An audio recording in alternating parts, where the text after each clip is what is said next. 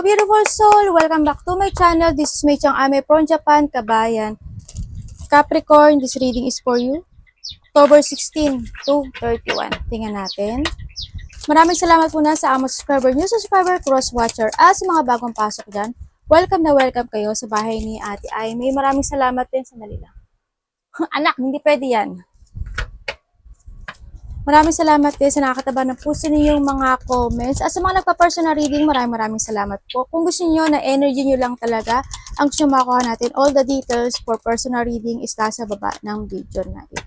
This is a general reading, kabayan ng Capricorn. Kunin mo lang ang sayo at itapon ang hindi sayo.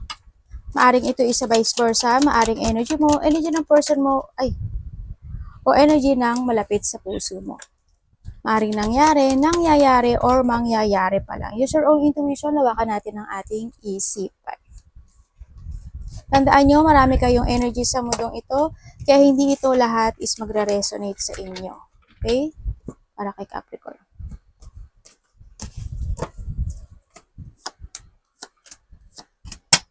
Okay.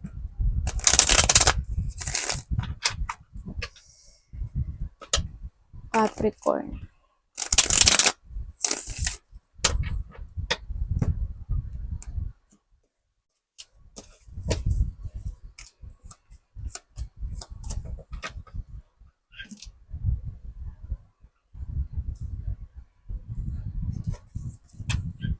Okay.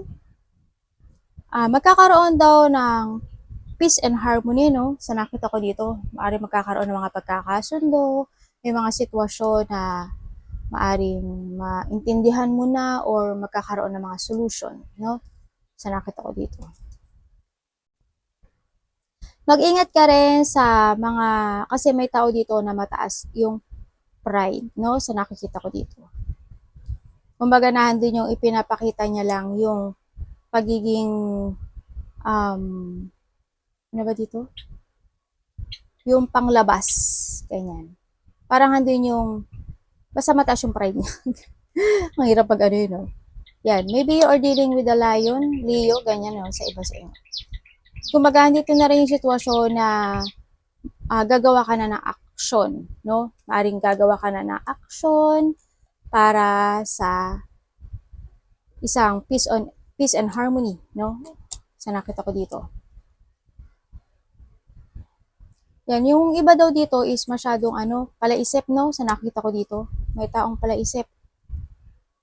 Merong mga may mga lungkot. Actually, ako nakikita sa iba.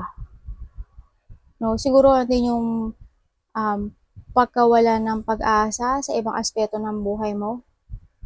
O kaya may mga sitwasyon na nagkaroon ng separation, disappointment, depression, or maybe there's a loss, ganyan. O ganun nga, maaring mga hindi na pagkasunduan, ganyan.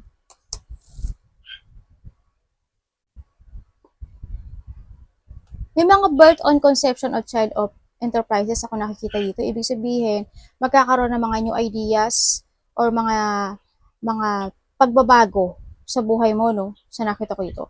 Ibig sabihin, kung there's a loss or may mga lungkot ako nakikita dito na na-overthink ka, syempre na dito pa rin na nakikita ko na magkakaroon ng peace and harmony sa'yo. Siguro may mga gagamit ka ng mga ideas, bagay, maaring decisions in life, ganyan, magkakaroon na ng mga revert, ganyan, magkakaroon na ng mga new beginning sa iba. Either sa iba dito is bagong negosyo, mga situation na babaguhin na, ganyan. Kumbaga yung mga lungkot mo, ganyan, magkakaroon ng pagbabago, no? Sa nakikita ko dito.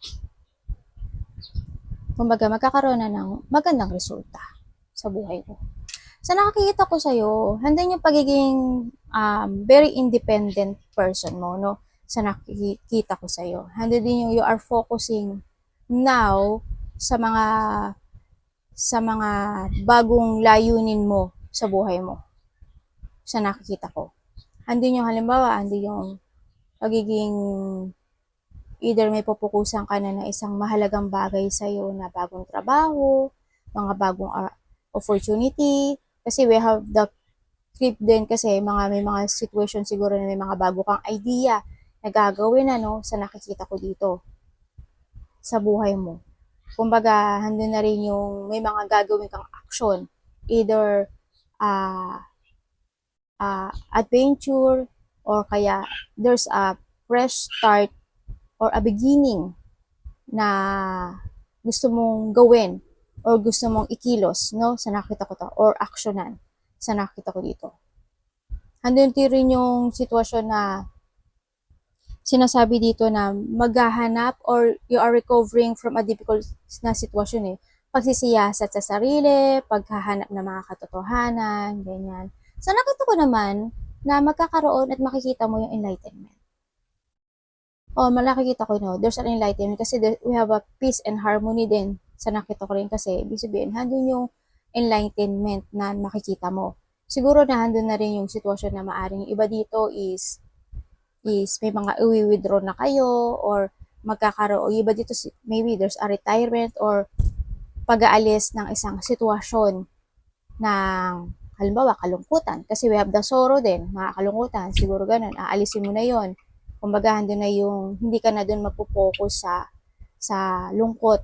Nandito na yung you abandoning the past because past na ngayon, going towards sa bago. No? Andun din yung nagkakaroon din ng mga changes sa'yo. Ganyan, magkakaroon ng mga rebirth, renewal. Andun na rin yung hope, no? At magkakaroon ka na rin ng mga inspiration. Ganyan. Kumbaga, there's a peaceful na nakikita talaga ako sa iyo ngayon. Maaari may mga malalaman ka na rin katotohanan, no? Sa nakita ko dito. Handito na rin yung pagpapahalaga sa meron ka sa ngayon. Ganyan. Handun na rin yung sitwasyon na you trust to your intuition, i-value mo yung yung meron ka sa ngayon. Handito rin yung pag-iisip every night sa nakita ko dito, either nagpe-pray ka, ganyan, kasi nakita ko iba dito maka-Diyos or may mga sitwasyon na nagmumuni-muni ka, ganyan, sa nakita ko dito. Tingnan natin.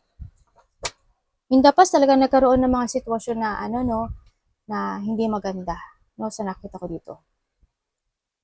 Kumbaga, when it comes to a foundation, family man yan, relationship man yan, or trabaho man yan, handun talaga yung nagkaroon ng mga changes, ganyan. Nagkaroon ng mga calamity in the past, mga crisis, mga nagkaroon ng mga distraction when it comes sa'yo, sa estado mo, ganyan. Nagkaroon ng mga revelation or unexpected, ganyan. Hindi mo in-expect na ganun. Pero nakita ko naman na there's a healing. No? May mga healing na ako nakikita sa'yo. Nine of Pentacles. Magkakaroon ka na daw ng mga satisfaction or magkakaroon na ng mga pagkakaroon ng pagiging kontento sa meron ka sa ngayon. Okay. Thank you.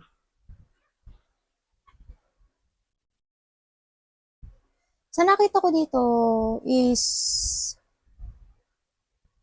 magkakaroon ng isang teamwork or magkakaroon na ng isang situation na magkakaroon ng solution or pagkakaisa dito. Kung halimbawa nagkaroon ng mga inggit, away, hindi pagkakasundo sa party mo, mga kasama mo sa trabaho or sa tao na mahalaga sa'yo or sinusuportahan mo, ganyan. Magkakaroon na daw ng pagkakasundo.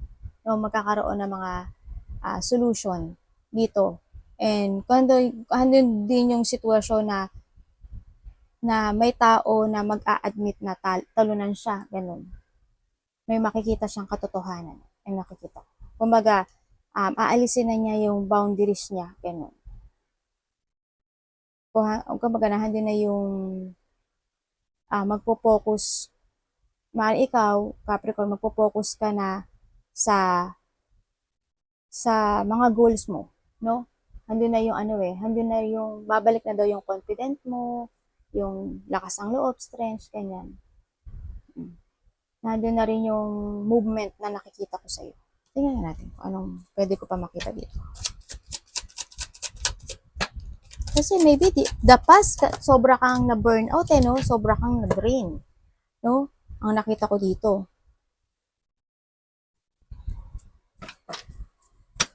Ano na nga? Handun dumating na rin yung sa part na ano na parang you want to quit, no? Sa nakikita ko dito. Okay, ibig sabihin, andito na yung nagkaroon dito ng isang decision sa buhay, no? Either ikaw or there's a person here, ganyan nakita ko dito. Nagkaroon ng pagdidesisyon sa buhay na maaring nagkaroon na ng mga pag-uusap, nagkaroon na ng mga pagkakasundo, nagkaroon na ng open communication sa isang tao dito, no? Maaring nagkaroon ng offering of action or offering ng mga love or offering of opportunity sa iba, offering of sorry, ganyan. Sa nakita ko dito, no?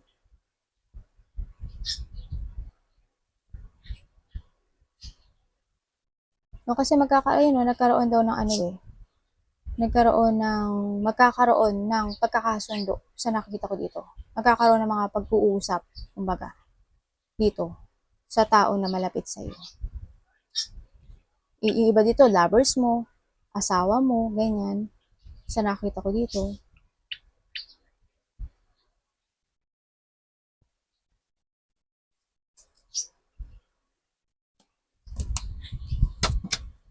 Ay, tingnan natin si Page of Pentacles. Page of Pentacles.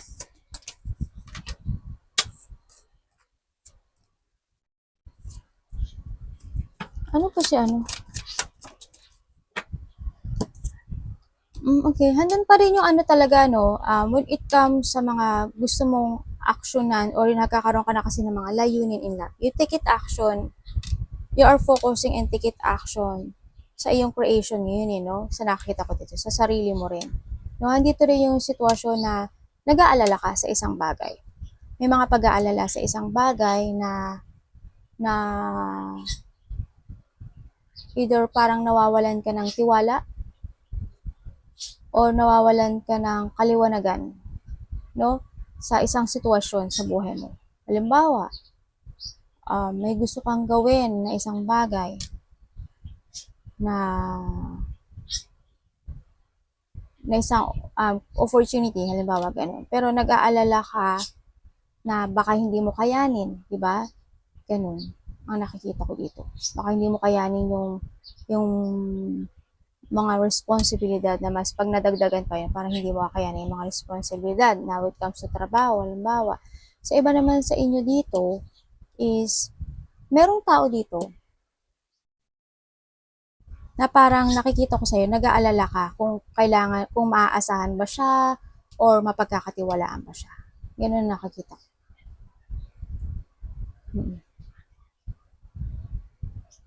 Hindi yung pag-aalala.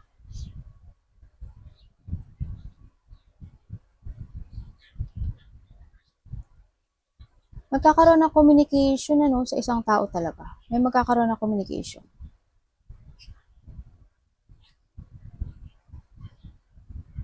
Bakit kaya yung may tao dito na na parang ayaw niya hindi ko alam, maybe this is the past, no? Na parang nahandun yung nasobrahan siya ng bigat na nararamdaman ng mga problema at gusto niya nang i-let go yan. Maaring itong sitwasyon na to is nakita ko na nilet go mo na kasi you are the Page of Pentacles na rin kasi. Maaring may mga sitwasyon na dating hirap na hirap kang pasanin or nahihirapan ka sa problema yun, parang na-over stress or na-over problem or struggle ka dun sa sitwasyon na yun. Kaya nakita ko doon is maaring ilalet mo na yun, no, sa nakita ko, and magpo-focus ka na sa future mo. Ganyan.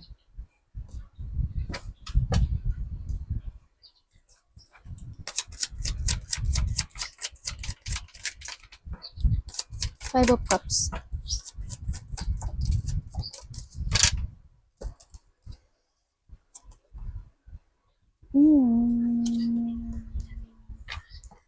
Sa ngayon, hindi ko makita na nakakapag-focus kayo, no? Mayroon daw kayo na isang bagay na hindi kayo totally makapag-focus. Or maybe, Kasi andun pa rin yung ano eh, parang may lungkot pa rin ako nakikita sa'yo. Siguro andun pa rin yung sitwasyon na hindi pa totally ka nag-heal or hindi pa totally na nagkakaroon ng um, more on happiness and peaceful ganyan, no? Maring may mga gusto kang gawin kasi sa nakita ko dito. May mga gusto kang bagay na gusto mong gawin sa buhay mo na ma-fulfill or ma-achieve, no? Sa nakita ko. Ano pwede ko malaman kay ano?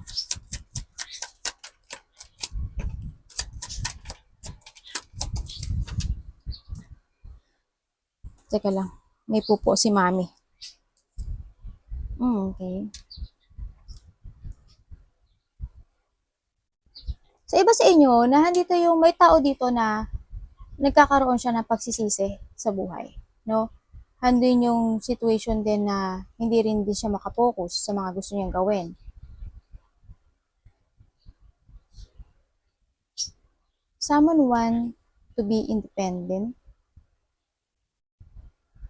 Parang bakit ganun? Parang ang nakikita ko sa inyo, parang hindi ka kumpleto, Capricorn.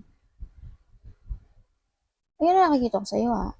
Parang merong mga sitwasyon na pinanghihinayangan mo, may mga pagsisisi, regret, or vice versa tayo.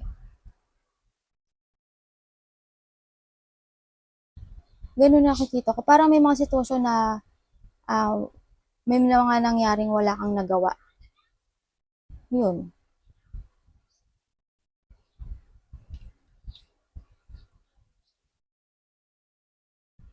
Pero magkakaroon ng mga pagkakasundo, oh. Mm-mm. Anong pwede ko pang malaman dito? Siguro hindi ka pa totally nag-heal, no? Kasi nandun pa yung lungkot mo eh. Nandun pa yung disappointment. Ay, kala ko may lalakpas na. Hindi pa totally heal yung nararamdaman mo sa nakikita ko dito. Siguro may mga bagay-bagay ka na gustong mangyari to success, no? Dito.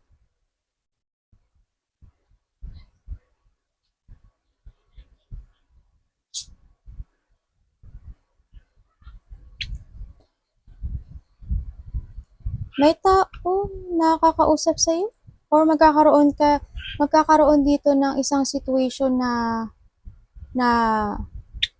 maaari magkakaroon ng pagkikita ng mga kaibigan, ganyan sa nakikita ko dito, pag-uusap, communication man yan, text message man yan, or communication na mag-chill-chill kayo, no, sa nakita ko dito. Yan. Kung ikaw is nandito ka sa point na nai-stress ka, siguro this sa time na rin na lumabas-labas ka, no? Ganyan. Try to collaborate sa mga malalapit sa puso mo, either your friend, ganyan, mga pagkakatiwalaan.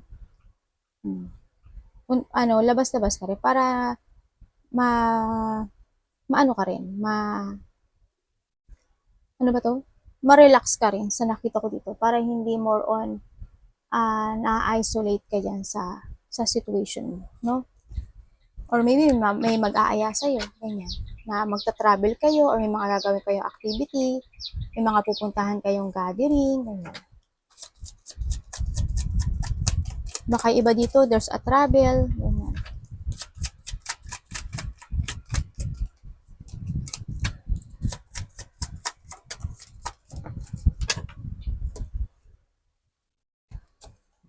Sorry. Okay.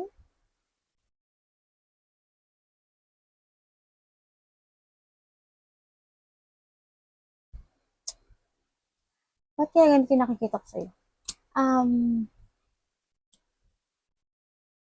Meron ka, okay, there's an offering. Either opportunity, trabaho, or situation na gagawin mo. No? May mga dapat ka daw gawin dito. Pero, ang sinasabi dito is, andito ka sa sitwasyon mo na ini-ignore mo yung intuition mo sa iba. Or maybe, na andito yung sitwasyon na you are feeling lonely because of sa isang tao na nawala na yung trust. Ganyan. Nagkakaroon ka rin ng doubt either sa'yo or sa isang tao or sa meron ka sa ngayon. Ganun. Nagkakaroon ka ng doubt, nagkakaroon ka ng lack of trust, no? Ganyan. Nadja-judge mo yung isang tao or there's a person here na nadja-judge mo. Kanya, ganyan nakikita ko. Anong pwede ko pa malaman dyan? May tao dito na nagigilty or nai-hate niya yung sarili niya. Still waiting eh.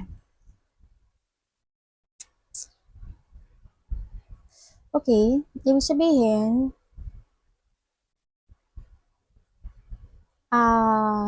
kailangan mo nang kumilos, ano? Ibig sabihin, handi na yung sitwasyon na kailangan mo nang magplano ng new beginning or you need to trust to your intuition. Sa nakita ko dito, don't wait to enlighten. Sa nakita ko dito, you need to accept na rin ang mga bagay-bagay. Kanya, may mga dapat ka daw na sitwasyon na i-accept at dapat mong aksyonan. Ganun. Halimbawa, nasa loneliness ka na sitwasyon, kailangan mo nang mag-action. Kailangan mo nang magkaroon ng mga bagong plano, mga bagong pananaw sa buhay. Ganyan. Kailangan mo nang i-accept ang isang bagay na mag-start ng new beginning sa buhay mo. Kumbaga, finished and unfinished. Ganyan. Para mas ma-achieve mo na rin yung new beginning sa buhay mo. Ganun. Kumbaga hindi ka kasi, siguro iba dito hindi nagtatrust sa intuition nila. Yun ang nakita ko. Maaring nandun pa rin sila sa situation na naghihintay sila ng isang bagay, no? Ganun, na mga pagbabagong mangyayari. Sa nakita ko dito. Kailangan kasi natin magsakripisyo eh, para sa pagbabago ng isang bagay sa nakita ko dito. Diba? Kailangan nating magkaroon ng acceptance or kailangan nating may gawin. Ganun ang nakita ko. Para magkaroon ng, syempre, pagbabago. Para ma-fulfill natin yung mga bagay-bagay. So, iba dito siguro, when it comes sa trabaho, siguro andun kayo. May mga hinihintay kayo, ganyan. Na may mga gusto kayong gawin siguro if ito is trabaho May mga gusto kayong gawin, kaso nawawalan lang kayo ng lakas ng loob para gawin yun. Diba? Nagkaka-doubt kayo, mga ganun. Kaya medyo naghihintay kayo ng konting bagay na imumove nyo. No, sa nakita ko dito. Ano yung Hermit kay Capricorn?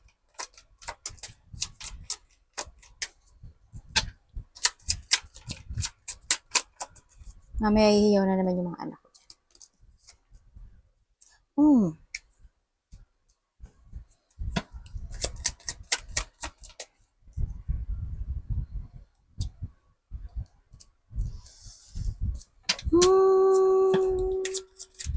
Bakit?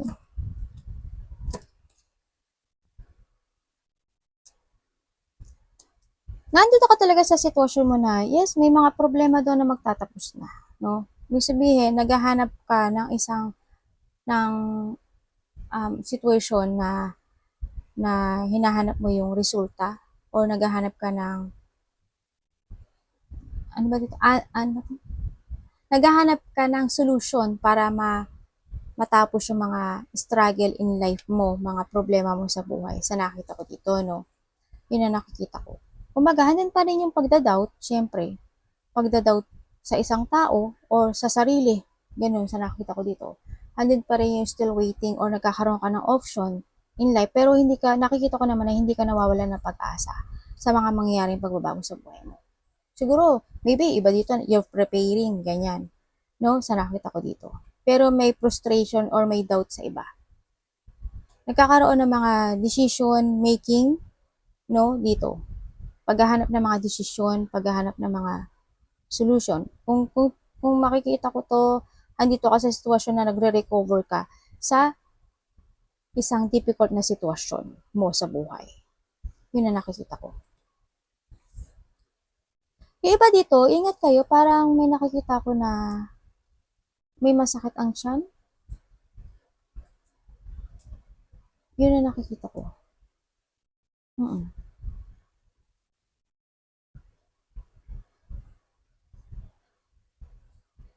I hope walang may nagpapa-ospital ba? Parang may nakita kong may nagpapa-ospital or may confine. Pero either, maaring ito is tapos na or may tutulungan ka. Yun na nakikita ko ha. Oo. Na either na paralyze siya, nagpapa-ospital siya, or paralyzed. Ganyan. Confine pala. Or na-confine. Ay, ganun din yun, no? Ganun. Maaring sa iba dito, tapos na yun.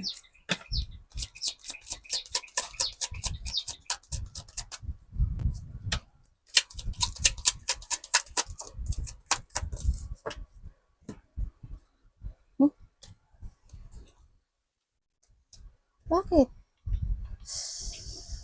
Okay, ibig sabihin, nagkakaroon ka ng deep wound. Nagkakaroon ka ng magulo isip no? Parang may sitwasyon sa'yo. May tao ba na may sakit?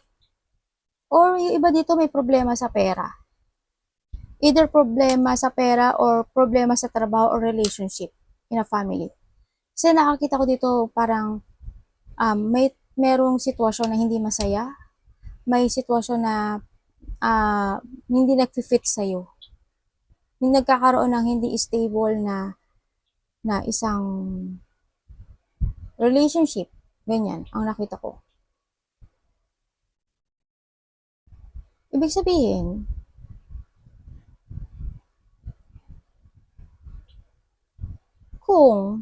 kasi we have the Hierophant, ibig sabihin, kung there is a third party na nagaganap dito sa sitwasyon na ito, ibig sabihin, handito na yung sitwasyon na may tao na iniwan sa ere. No? May tao dito na sinasabi niya na hindi tayo para sa isa't isa. No, hando na rin yung lack of support dito sa tao na to. Andito na rin yung sitwasyon na ayaw na rin niya ng pagkikita or togetherness sa tao na to kasi alam niya na hindi siya magiging masaya at the end. And then, pero yung tao na to is nalulungkot siya. Kasi nagkaroon, why? We have the judgment kasi, no? Andun talaga yung, there's a person here na enlightenment. Maybe asawa mo, maybe ikaw, maybe tatay mo, magulang mo, ganyan. Nagkaroon na siya ng enlightenment sa buhay niya. No? Kaya ang nakita ko dito, hindi na siya sa sitwasyon na nagkaroon na siya ng awakening or nagkaroon na siya na new beginning sa buhay niya na ile-let go na niya yung nakaraan. Ganun ang nakita ko. Sa iba naman sa inyo, you need. No? Sa iba naman sa inyo, you need. Don't focus sa mga situation na feeling nyo nag-iisa kayo, ganyan. Kasi nahandyan yung family nyo. Andito rin yung sitwasyon na siguro iba sa inyo, mag-iiba kayo ng trabaho. Sa iba ha, ganun. Or magkakaroon ng mga pagbabago sa buhay niyo. As in.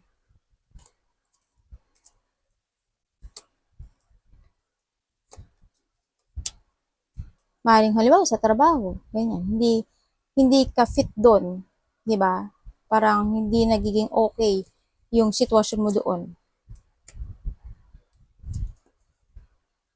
Kumbaga, magkakaroon ka ng mga options sa buhay mo na kung ano yung mga gusto mong gawin. No? Yun na nakikita. Kasi more nahihirapan ka eh. Sa iba ganun. Ano yung power?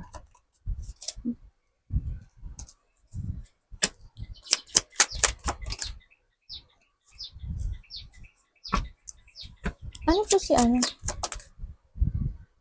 Okay. Ibig sabihin, the tower and the tower, Ibig sabihin, dito ka sa sitwasyon na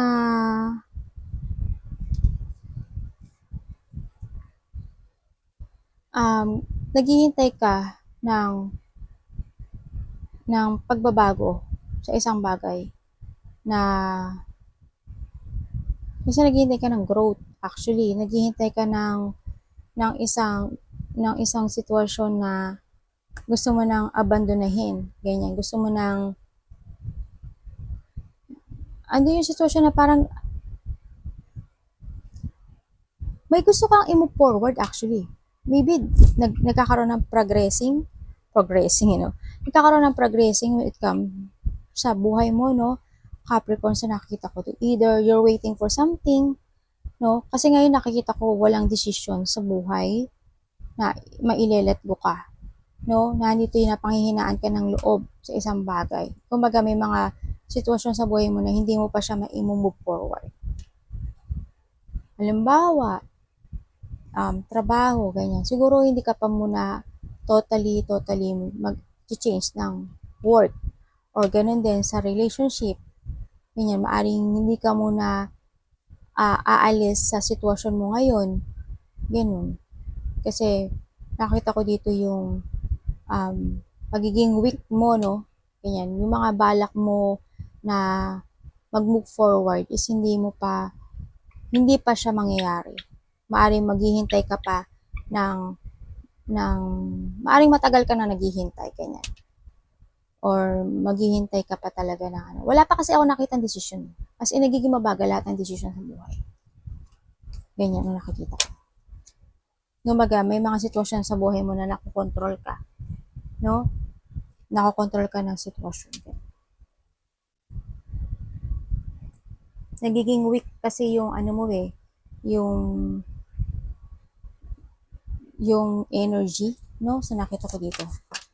Ibig sabihin may tao dito na may nakikita rin akong tao dito na they breaking of promises, ano. Maybe this also is the past kasi ang nakita ko nga yung foundation na yun is nagkaroon ng damage, no? Nagkaroon ng mga sudden change dun sa foundation na yun. Maaring yun, no? Pero nandun pa rin yung paghihintay sa nakikita ko na maaring growth, no? Sa nakita ko sa iba. The star, maybe you're wishing pa rin na mangyayari pa rin yung pagbabago sa buhay mo.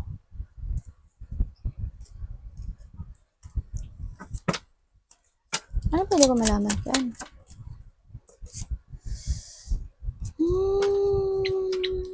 Okay, ibig sabihin,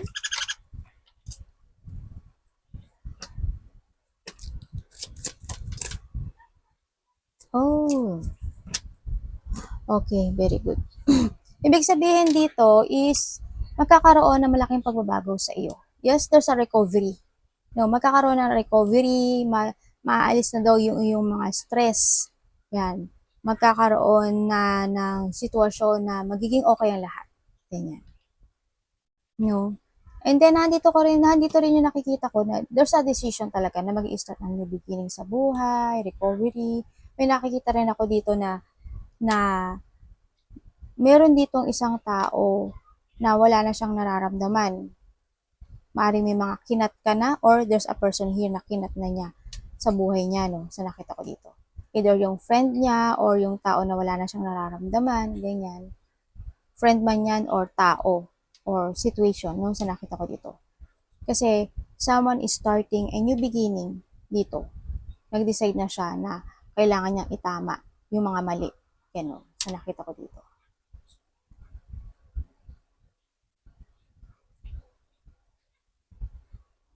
Tapos na po ba to? Kasi may taong ayaw tanggapin yung kanyang pagkakamali dito.